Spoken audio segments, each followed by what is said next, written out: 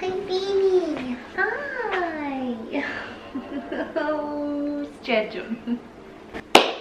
Let's talk about it.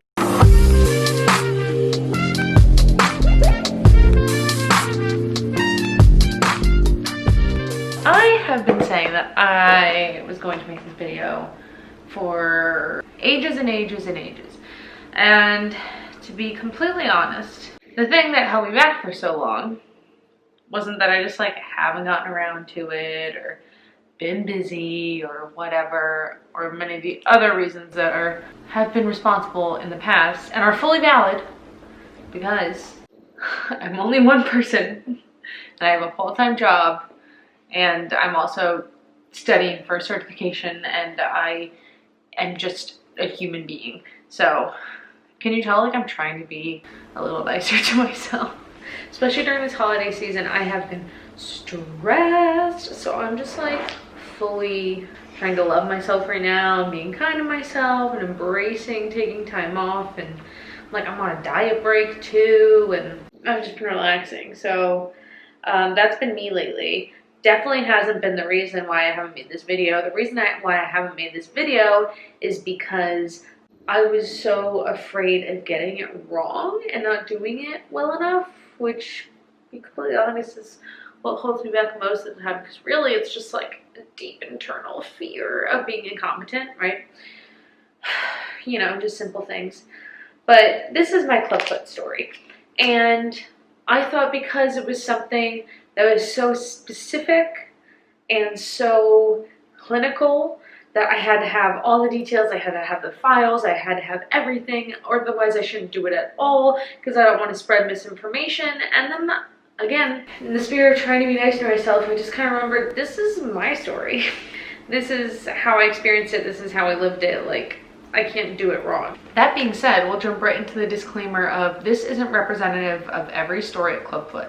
I've been reminded time and time and again that all Clubfoot stories are completely different. There's really no comparing them at all. And I'm not saying at all that this is the experience of every person with Clubfoot. You'll see by my story that even my treatment journey was a lot different. There are people older than me right now who didn't have the treatment available to them that I did. There are people younger than me that have new treatments available to them. I am just speaking on behalf of my story. If this sounds familiar to yours, or if you're just learning in general, great. This might be of some use for you. You'll see me look at my computer. I do have some notes. I have a few things. Show and tell. We have a few props, exhibits. I feel I'm doing my biography. I don't know where to start. I guess let's get to basics. What is clubfoot? Clubfoot is just a general term for a physical deformity when a baby's foot is twisted out of shape, whether it's congenital or situational, meaning the way the foot is oriented in the womb and it's developing. It's a fairly common affliction. I want to say 1 in 1,000 births either has, a left or a right clubfoot, or bilateral, that's me. So I'm actually really surprised that there's not a lot of content out there, because 1 in 1,000 is, as far as anomalies go, it's pretty frequent.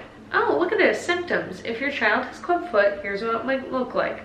The top of the foot is usually twisted downward and inward. True. Increasing the arch and turning the heel inward. Also true. The foot may be turned so severely that it actually looks as if it's upside down. Meaning that if the sole is facing the ground here, usually the clubfoot orientation is curved kind of and inward, so that the soles of your feet would be facing each other, and sometimes so curved inwards that maybe the sole's even facing up, which sounds appalling, I know. The affected leg or foot may be slightly shorter. My more clubfoot is my shorter foot, so I can attest to that. And the calf muscles in the affected leg are usually underdeveloped. Yes, oh my god, I have the tiniest calf muscles in the world. it's a constant struggle building your calves. I get it. And it's part of my whole, I'm a clubfoot weightlifter, hear me roar kind of thing, because I refuse to give up. I will develop calves, and I have developed calves. They're still babies, but progress has been made. So basically, my parents found out that that was going on with me during a prenatal ultrasound in, I suppose, 92. So at that point, there wasn't really much to do but keep an eye on it in utero and do some other tests to see if I was afflicted with any other anomalies, because frequently clubfoot is actually found as a symptom in like larger syndromes accompanied by something like cleft palate or a heart deformity or some weird thing I can't pronounce that I read about where the finger has a weird joint. I don't know. Basically, it likes to roll deep with other physical deformities. So my parents were grateful to find out that club feet was the only thing that was going on with me, so they just kept an eye on my development. So when I was born, that's where my treatment started. The vast majority of clubfoot cases are 100% treatable without surgery. I mean, to compare, I had 2 surgeries. It's the one and only Digo Double G. So let's just say my case of clubfoot was pretty severe. There are varying degrees of it, and I was the last degree.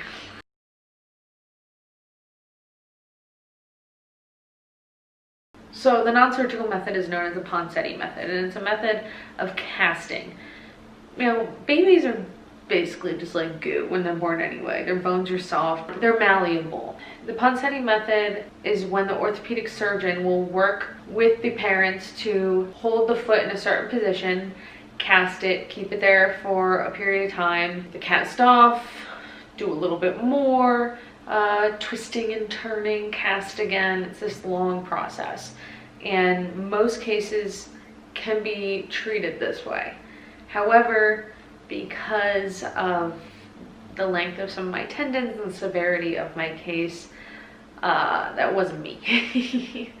So I actually did have one surgery when I was a baby, and that was to lengthen and reposition some tendons in my feet. Now you may be wondering, which tendons? Come on, you get into specifics here. I do not have the specifics, and that's because medical records are not kept past 10 years, I believe. I did try to get the actual like surgery records from my surgeon, because again, I wanted to do this right, and was not able to do that. I grilled my mom about like the specifics of my surgery, and she was like,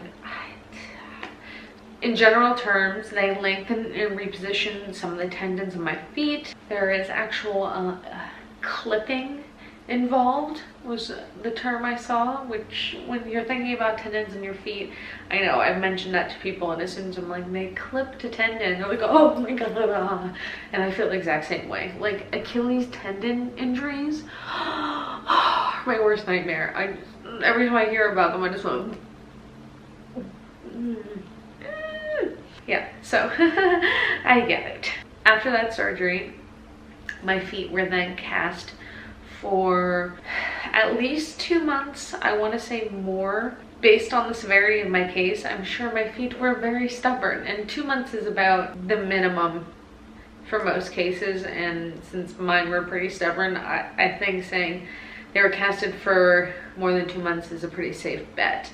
After that, the casts are taken off the baby, the afflicted, the patient, but I was forced to wear a brace for about like a year after the surgery. And I say forced to because yes, I was a baby and had no choice, but also as a baby, I have vivid negative energy, like vivid negative thoughts about this brace. Like I am angry about it still. Like I remember it making my life miserable as a baby. Like,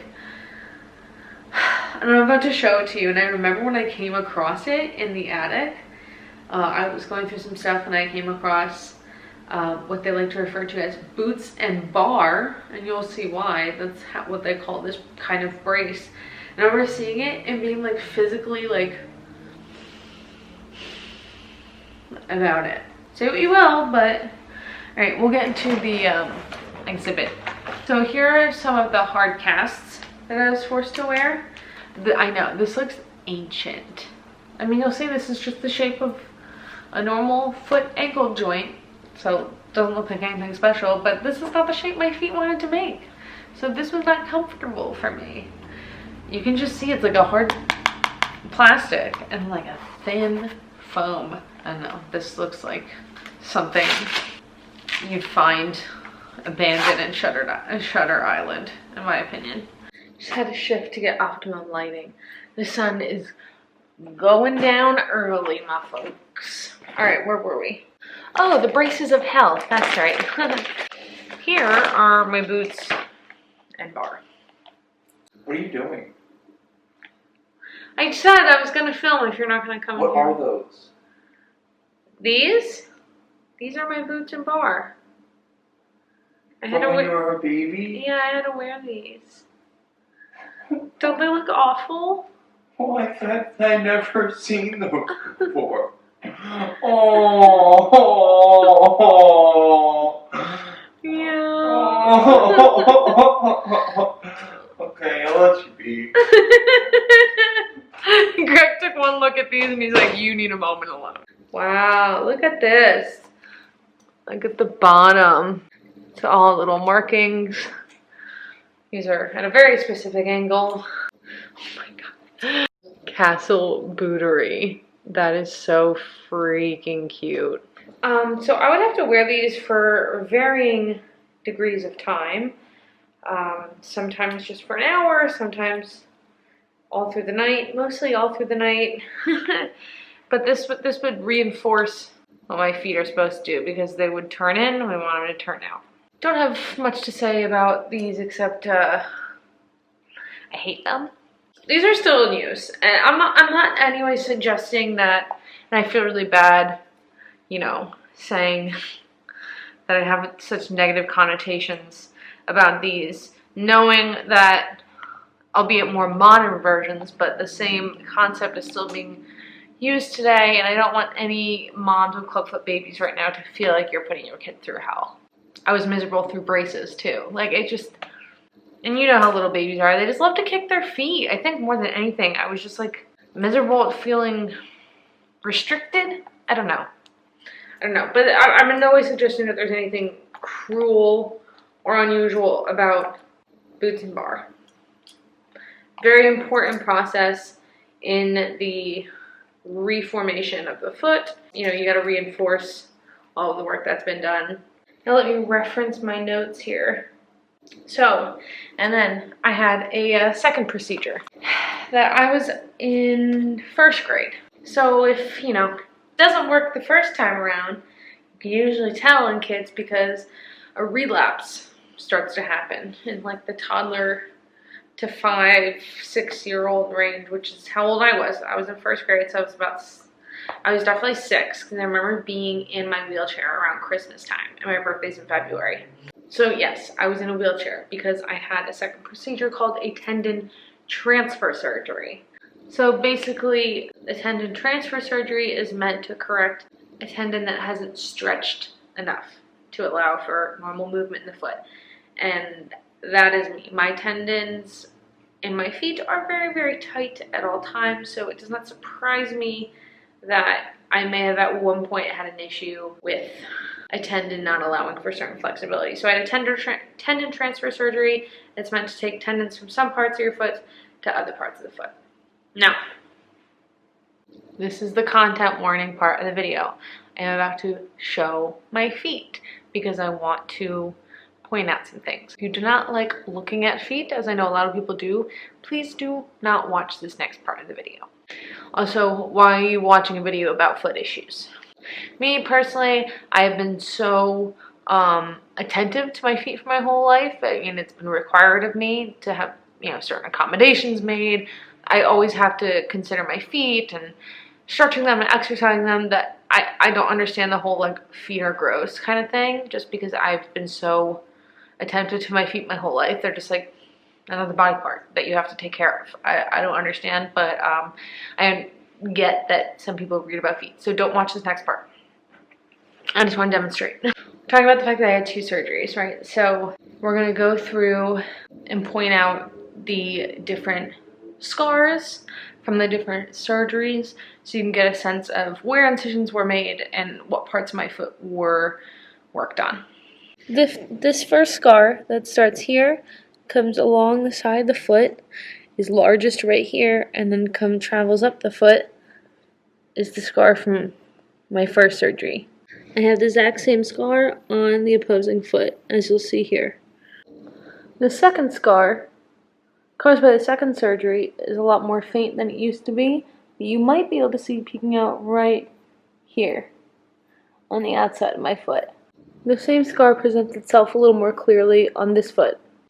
After that surgery, which I believe is a lot simpler nowadays than it used to be, I think it's just a local anesthesia kind of thing. But again, my degree was pretty severe, so I wouldn't be surprised if it was more invasive than a typical tendon transfer surgery. But after that surgery, I distinctly remember being in bed at the hospital, miserable. I know, I'm just making this out to be like this terrible, terrible experience. But I was a kid. I didn't understand why I had to do this, and I had to be in the hospital when other kids didn't have to. I didn't understand why I couldn't, run around at recess. And anyway, I remember being in the hospital. It was around Christmas time. It was cold, and I was miserable. I hated the IV that went through the top of my hand, and I just wanted it out. It was itchy. And I was laying in the hospital bed, and I was throwing a fit. Like, I just didn't want to be there. And I remember my surgeon coming in to check on me. Shout out Dr. Nuzzo at Overlook Hospital in Summit, New Jersey. And he came in and, said something along the lines of, what seems to be the issue, what's going on. And my mom, was very upset. Her daughter was upset, her baby, and there's nothing she could do. And she basically, told the surgeon she wants to go home. And he had said, okay, go home, and just discharged us. He could tell I had been through a lot, and at that point, it was just a matter of paperwork, and they got me loaded in the car. I was laying down in the back seat with my casts on to hold my feet in shape, and they pulled up to the front of the house because we had a long driveway. I mean, my parents still live there. They still have this long driveway that goes almost underneath the house towards the garage. And then you'd have to walk upstairs to go to the front door. So my parents didn't pull in the driveway. They pulled right in front of the house so that we could get to the front door easier. And my mom got me on the wheelchair, and she's pushing me across the front lawn, and the yard's frozen. So I remember being like, ba-bum, ba-bum, ba-bum, ba-bum, ba-bum. And she was just so determined to get me in the house. Her baby was tired, and she was cranky, and she just wanted to put me to bed and wanted to feel like, she did something for me. So I remember my mom, my dad, and my grandmother trying to help her or something, and I just remember her being determined to get me in the house. And so I was in a wheelchair for about 2 months, and I had to take the short bus to school because it was the one that, took all of the different kids, aka children who literally just needed a little more accommodation. And my brother, who at the time was in probably 4th grade, would ride the bus with me. And, for the most part, I didn't get teased or anything. My friends thought it was cool that I was in a wheelchair. They got to push me across the blacktop, and my mom and my teacher had gone back and forth decorating my chair for Christmas, and every time I came home I had a pound of new tinsel on it. And I actually have a few things right here that monkey is laying on. I had gotten this from my brownie troop, and it's just adorable. We're not gonna read that. That's my 8th grade graduation speech. Under repair. Please handle with care. Dear Caroline, hope you're all better soon. Miss you. Sending you a hug. Love, Mrs. Myers. That was the school nurse. Oh my god. I don't think I've ever read this one before. Take good care of yourself. Keep your chin up. And keep your chin up and that infectious smile of yours on your pretty face. That way you'll make everyone, including you, feel better. Love, Aunt Linda. Oh my god! This is just my Clubfoot pile. This is my orthopedic surgeon's business card. Yeah, he is actually pretty boss. He was actually on the news one time for like curing some crazy cerebral palsy case in a third world country. Just saying. Dear Caroline, just a little card to say hello with love to you today. Hope you're feeling better. We're so glad your operation is over. You are such a wonderful and beautiful granddaughter. We love you so very much. Oma and Opa. It must be hard for a kid like you to be slowed down by an operation. There's so much other stuff you'd rather be doing. But the most important thing for you to do right now is do whatever it takes to get you well, then you can get back to all the other things you enjoy doing even sooner. Rest easy, take care. This is from my soccer team. Hope you're feeling well enough to watch the Army-Navy football game. Remember, cheer for Army. They're the good guys. Okay. Anyway, you get the general gist of it. That catches you up to surgery number 2. We're going to take a break here because I have so much more to tell. But basically that is the end of my medical journey. My surgery is the last time that I saw, well, the last time that I got any specific treatment from a surgeon or a doctor or anyone in a strictly medical setting like that. That is my medical journey with Clubfoot. I'm gonna cut it there.